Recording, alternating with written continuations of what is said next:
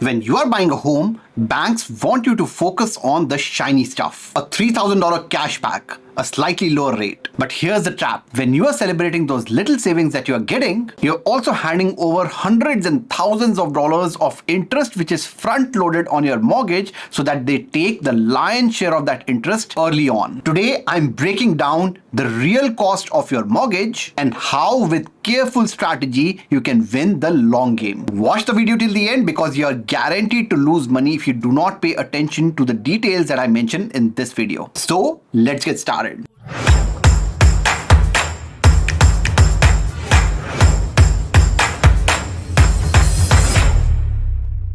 My mission is simple: to help 1 million immigrants retire with $5 million. Whether it's investing, real estate, tax strategies, or smart money moves, every video on this channel is designed to build you wealth step by step. If you want to be part of that 1 million, just hit the subscribe button and let's grow together. So in today's video, we'll be talking about the numbers behind our interest rate obsession. That's the main topic of the video. And then we'll talk about the case study on Smith maneuver. This is a very hot topic that a lot of people have asked. And I made a recent video where I talked about how you should not borrow against your HELOC.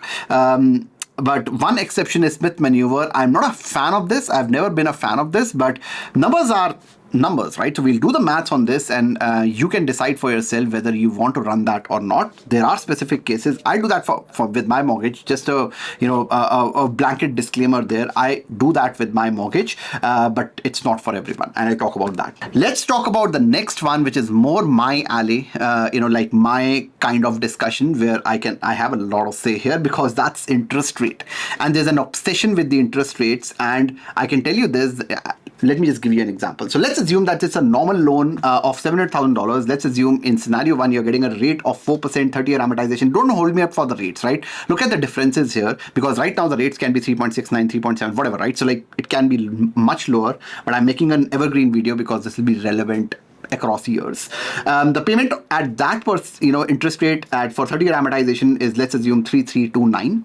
And scenario 2, the interest rate is 0.1% lower and the payment is about $40 lower because the interest rate is 0.1% lower. So the difference in payment on a monthly basis is $40. On 1 year, it's less than $500. In 3 years, let's say you take a 3-year fixed, it's under $1,500. In 10 years, it will be under $5,000. In 30 years, it will be about $14,400. A lot of money, right? I'm not saying that it's not a lot of money, and if you invest this money, people don't do that, by the way, but let's say if you invest that money, it will compound into a lot more. That's the math that banks want you to obsess over, and they want you blindsided at the maths that they are more concerned about. Overall, on a monthly basis, on a mortgage of 3,329, the payment of 3,329, let's assume it's a 4% rate, you are paying about $2,333 every single month in interest. So only $1,000 is going towards principal.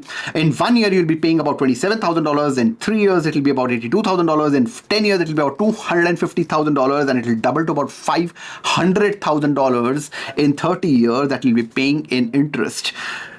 If you look at this, right, they want you to obsess over the $14,000, $5,000, but in their head, a 4% versus a 3.9% is a difference of peanuts in comparison to the amount of money that they are making. They don't care if they make 488 versus 503. In the largest context, this 14,400, that's basically the difference between these two numbers. It's inconsequential. So whether they give a 3.9% and obsess you over the $14,000 of savings, what they know is they'll still end up making close to $500,000, and the difference is a rounding error for them. So the real saving on your mortgage is in the payoff strategy. The first one is very basic. You either make bi-weekly accelerated payments or you make one additional payment per year. Irrespective of what you are doing, you actually save a lot of money. The other one is more advanced, which is running a Smith maneuver. Not for everyone, but I'll talk about that as well. Let's talk about the first strategy. And again, I'll give you an example. Now, this calculator, I unfortunately cannot put in the description because it's a very specific to a client calculator. I do this with each one of my clients on a one-to-one basis after you close the mortgage. And I sometimes sometimes, help you with run the Smith maneuver, but it's not for everyone. We'll talk about that. But let's, let me just, you can use any online calculator for this. This is not a rocket science calculation. I just made an Excel because it was just easier. And there are a lot of other things that are connected here. So that's the reason why it's not worth me sharing it in the description. So don't ask for it because it's not gonna help. Just use an online calculator if you're doing this simple math. Let's assume that the loan amount that, and we just, forget about this. It's coming from the other sheets. The loan amount is $700,000. The loan term is 30 years. That's the overall amortization that you've taken. Don't confuse it with term. Term and amortization are different, but yeah, overall amortization that you take is 30 years and interest rate is 4% and your monthly payment is about 3342. And let's assume that you make right now, if I take this, the original interest, $503,000 that we saw in the slide as well, that's the amount of interest that you're paying. But if you pay one additional mortgage payment, let's assume that you pay 3342 divided by 12 on a monthly basis, 279, or you make one lump sum, one additional mortgage payment of 3342 in a given year, you will save almost 4 years in your mortgage and you will save about $77,000 in interest, which is a lot more than your 0.1% gap in interest, because that's not the real saving. The real saving is like doing this maths and at least making $3,000. Even if you make $100 a month, it's bizarre. Even if you make $100 a month, $100 is something that you can cut your coffee. It's not a lot. Your coffee budget, for most people, your coffee budget is more than that. If you go for a breakfast outside, you'll end up spending almost this for a family of 3. Even then, if you make $100 a month of additional payment, you are saving about $31,000 in overall interest, which is way more than the $14,000 that you save on saving on the interest rate itself. That's the match that the bank does not want you to do, and they want you to obsess over something that does not make any difference in their balance sheets. Now let's talk about the second strategy, which is the Smith maneuver. Now, I'll be honest, I was not a fan of this strategy when I looked at it from a theoretical point of view, but I have been doing this for the last 2 years now, and it's not bad. It's pretty nice, and I'll give you real examples, real case studies of how we are running it for a few of our clients as well. Again, this is not for the light-hearted. This is for very disciplined people, but I'll first explain what this is and I'll give you all the caveats again later. Stick till the end because it could be a little bit complicated, but it could save thousands and thousands and thousands of dollars if you run it well. The loan amount is $700,000. Let's assume the loan amount is the same as in the previous example that we took. The prepayment that you make is $10,000 per year. So instead of making one payment, you're making 3 payments. It could be anything, right? It doesn't matter. Just like for simplicity, I've taken prepayment of $10,000 per year. That let's say you make 1st of January. Pay off the loan. You'll pay off the loan almost 10 years early if you do the $10,000 per year, and the interest savings will be about $175,000. It's crazy, right? $175,000 in interest savings is a lot. But in Smith maneuver, what you can do is you can actually borrow this $10,000, because what happens is that this $10,000 goes into something called as a HELOC. HELOC is a home equity line of credit, and this particular mortgage is not a normal mortgage. It's a readvanceable. It's called a readvanceable mortgage, where when you pay anything towards the principal of your home, it actually rolls over into HELOC, and it gets available to you for you to use. But that's where Smith maneuver comes in. Smith maneuver is actually named after Fraser Smith, who actually came with this back in 2002 or 2000, early 2000s. And then his son in 2018, I think, started, doing this after Fraser Smith's death. And this is for Canadians, right? They were Canadians who made this. And the whole concept was that the interest rate on your primary home is the interest that you pay on your primary home is not tax deductible in Canada. And therefore, they wanted a way to make that. I'll explain that in a bit.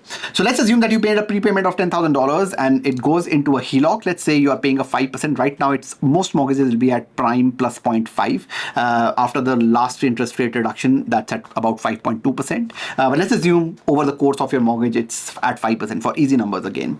So $10,000 goes into the HELOC, and you borrow against that HELOC at 5%, and you pay an interest of 5% on the $10,000. So you are paying an interest of $500 per year. I'm just doing easy numbers here. Then you invest that money, the $10,000. So you put it into your mortgage. Then from the mortgage, it went into the HELOC automatically because you have set up a readvanceable mortgage. That $10,000 can then be invested, let's say, into S&P 500. It has to be an income generating, like a fund. It could be real estate as well. It could be bonds as well. It cannot be TFSA and RRSP. I'll talk about that in a minute. But let's assume that S&P 500 returns 8% for that year. I'm just taking 1 year. I'm not taking compounding into consideration here. And the return in simple numbers would be 8% of $10,000 because you invested that, and you have a return of $800 per year, and you make a profit of $300 per year in this. Then, like I said, the entire strategy is to make this interest payment tax deductible. So this $500 is also tax deductible, and assuming that your tax bracket is 35%, you get a tax return of 35% of 500. It could be more if you are in a higher income bracket, and that comes to about $175 per year. So you made a profit overall of 300 plus 175 in theory. But there are certain problems with this, and that's why it's not for the lighthearted. There is risk. What if the return is lower than 8%? What if it's 5%? What if it's 0%? What if it's minus 20%? Right? Now, obviously, if you don't sell this, it's not minus 20% because it's unrealized loss. That's the assumption here, that you are borrowing at 5% against your home, which is your safety. So that's the reason why I say it's not for everyone. And what if the return is not 8%? Now, overall, we know if you do this long enough, you'll probably make 8%, but you never know, like I don't know when you're doing this, right? So again, I'll get to that later. The second problem with this is the profit, which is not yours to keep. There is a capital gain tax associated with this profit. So you'll have to pay capital gain tax on this profit. The third one is you can't do this tax deductible. It's only tax deductible if you do it in a non-registered account. It has to be a taxable account. It has to be an asset that gives you income, which is VFV, for instance, S&P 500. It pays a small, like dividend, and that is something that is that is qualified as an investment in the Smith maneuver. But it can't be RRSP, it can't be TFSA, it cannot be any of the registered account. It has to be a non-registered account. Make sure that you're doing that. It's very, very important. Otherwise, you can be audited. And then the fourth one, the HELOC itself is only applicable if it's a re-advanceable mortgage with a minimum 20% equities. Many banks actually do a 35% equity. So therefore, I said that it's not for everyone because the norms around this, the re-advanceable mortgage itself, are very, are highly tightened right now. You don't even qualify at a normal stress test in this. You qualify at a much higher than the actual stress test when you take a mortgage. So all this is really important to understand. Again, if you are doing a 5% down, all this does not matter. Just do the first strategy and pay off the mortgage early. It just does not matter if you don't have enough equity in the home. You have to have a minimum 20% equity in this particular home to run this. Now, let me talk about a real case study that I did for one of the clients. The starting balance was about $960,000. The extra payment that they are making every single month is $300 towards their mortgage. So they want to make one payment every single month towards a mortgage. Now, we ran two scenarios here, and I'll talk about both the scenarios. One is a very risk-averse scenario, which is this one, and they still stand to gain a lot from here. It's not that easy to understand, so just bear with me. I'll try to make it simple. Now, if they only do this, right, if they only pay $300 every single month, they'll still close out the mortgage in about 3 years early, and they'll save about $92,000 in interest. So they're any which way is doing that. But if you run a Smith maneuver on this, it'll be a little bit different. So let's say that started in August. So September 2025, they paid about $3,300 of interest. They paid a total mortgage of about $4,695. Of that, principal was $1,335. They paid an extra payment of $300. Like I said, they are making monthly payments of $300. And their balance on the home reduces by a certain amount. They have an available HELOC now. So they have about $1,335 of HELOC available to them. It should be more than $1,335, but yeah, it should be $1,335 plus $300, but yeah, it doesn't matter, right? So like, it won't matter how much HELOC you have available. But you use the $300 that you invested in your principal towards the principal. You actually invest that directly. You take out from the HELOC, put it in a different account, and then you invest that into, let's say, S&P 500. The HELOC balance now is $300 because you actually took out money, and therefore there's a balance right now that you have to pay interest on. And that interest is, let's say, at 5.2% because that's the interest rate on most HELOCs right now.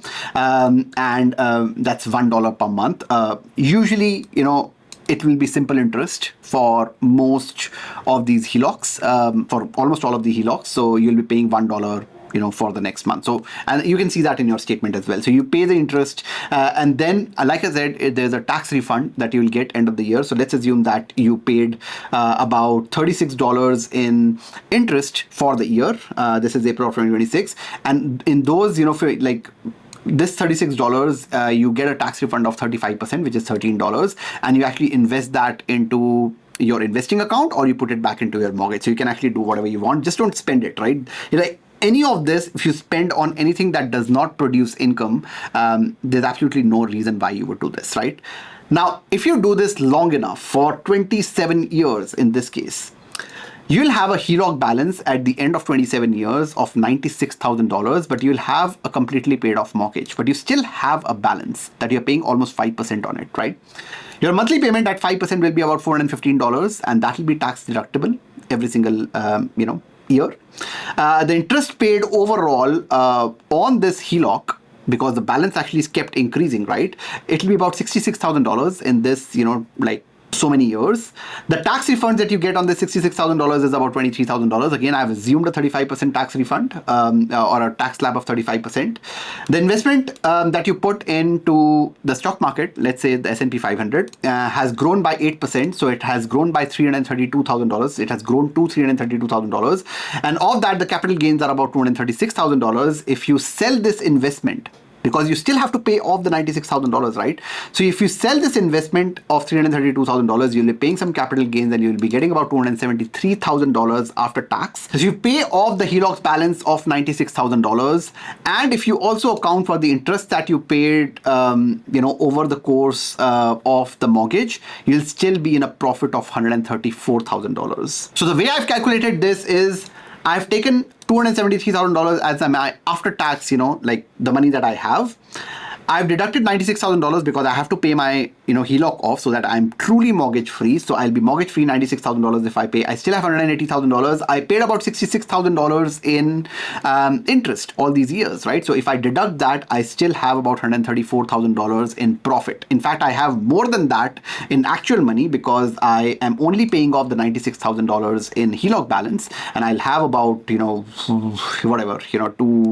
180 or something like that in my bank account. But even if I account for interest, and I'll get tax refunds as well, so if I account for all of this, I still made an overall profit of $133,000. Now, what if my investment is giving me a 5% return? Like if I take a 5% return, not an 8% return, even then I make a profit of $35,000. So even at a 5% return, only if I make a 4% return, I'll be break even. In fact, here also I made $13,000. So that's the beauty of it, right? We need to understand that the mortgage compounding works very different from simple interest that you're paying on your HELOC. And that's the reason why this is not magic. This is just maths. Overall, you're making a profit of $134,000. Again, it's not for the lighthearted, and I'll give you some more disclaimers in a bit. But let's run the second kind of maths, and don't go by all these, crazy numbers here. But in this case, the only one change that we have made for this client is that instead of doing monthly $300, we are taking a little bit more risk here. And we are putting $25,000 yearly into the mortgage, and then taking out the $25,000 and investing on first of every year. I've just run the math on that. If you do $25,000 towards your mortgage every single year, you save about 13 years on your mortgage. So you are mortgage free in 17 years. So obviously it's a very, very aggressive way of paying down your mortgage. You save about $360,000 in interest, a lot more than what I showed in the previous slide. So like if I were doing it for myself, I'll be mortgage free by the time I'm 52, 53, depending on what you are, how old you are right now.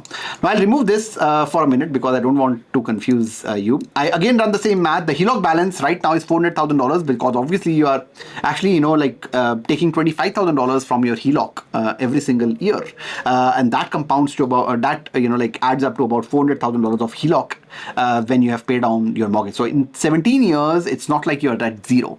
You're at zero from your mortgage balance point of view, but you still have $400,000 that you owe on the HELOC. The monthly payment on this $400,000 at 5% will be 5.2% in this case will be about $1,700. So your mortgage payment has dropped from $4,700 to about $1,700. So that's great. It's not like you have to pay a lot in interest, but this is only interest payments. Just make sure that you know this. The interest paid over the last 17 years is a lot more, $177,000, because again you are withdrawing more from your HELOC right now. The tax refunds are also higher at the 35% tax bracket, so it's about $55,000.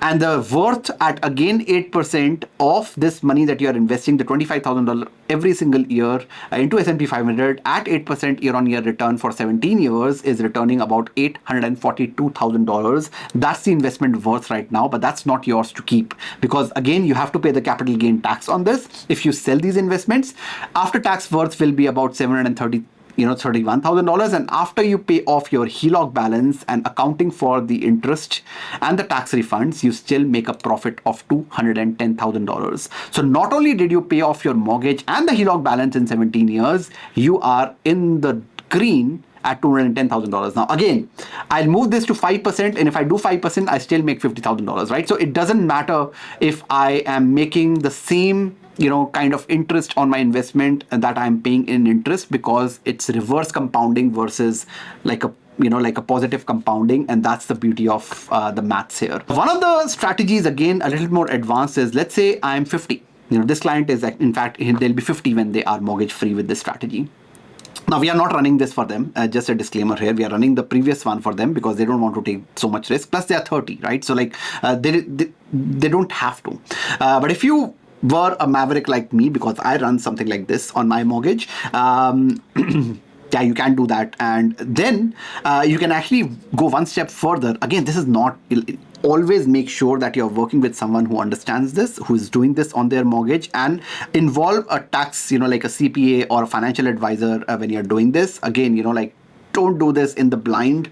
It can be devastating as well if you don't do it properly. Now, if you wait 10 more years, let's say this client was 50 years when they were mortgage free and they had a $400,000 of HELOC balance, and instead of selling their investment at this time, they chose to just pay the monthly balance of $1,733 for 10 more years. So let's assume the HELOC balance is $400,000. Does it remain at $400,000 because you're not drawing anything out from this HELOC anymore, because you're not investing in it anymore? It just stays as is.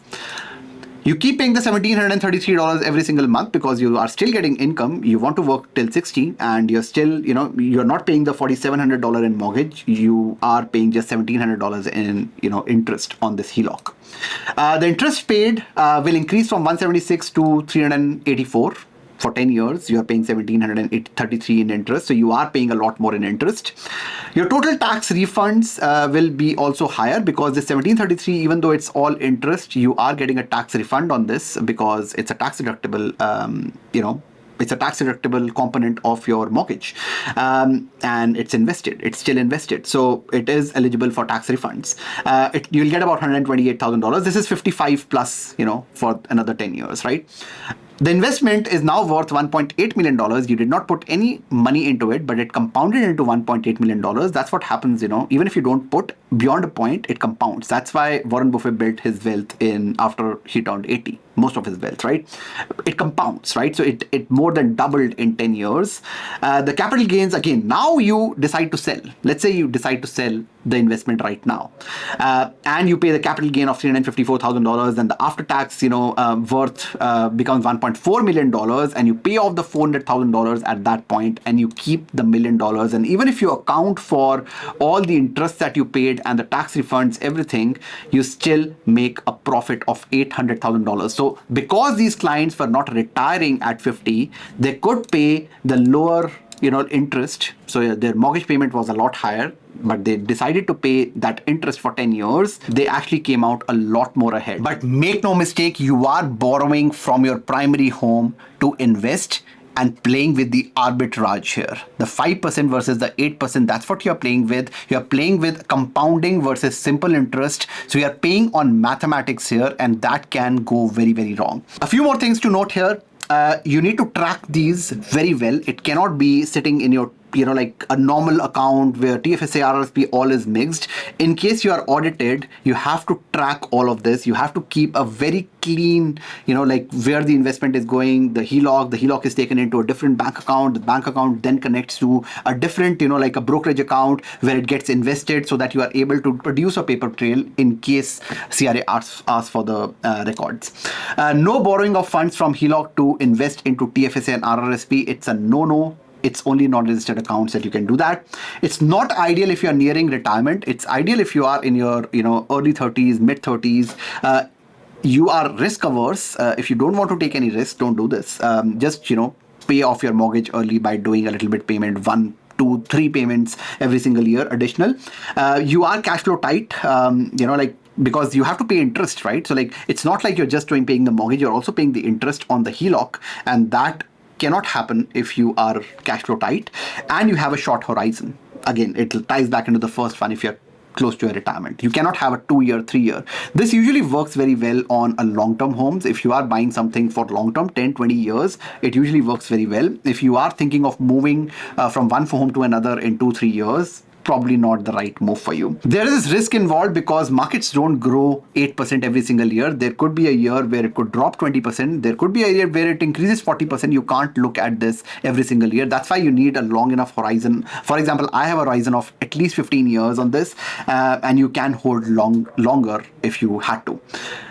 And it can lead to destruction of wealth if you squander the HELOC on stuff that declines in value. If you buy a car, if you buy a boat, if you buy whatever that does not produce any cash, and you use the HELOC towards that. That was my initial video that I made. People squander this HELOC just because it's available to you. Doesn't mean that you have to use it for your expenses. Make sure that you never use it for renovations. Never use it for stuff that does not produce cash.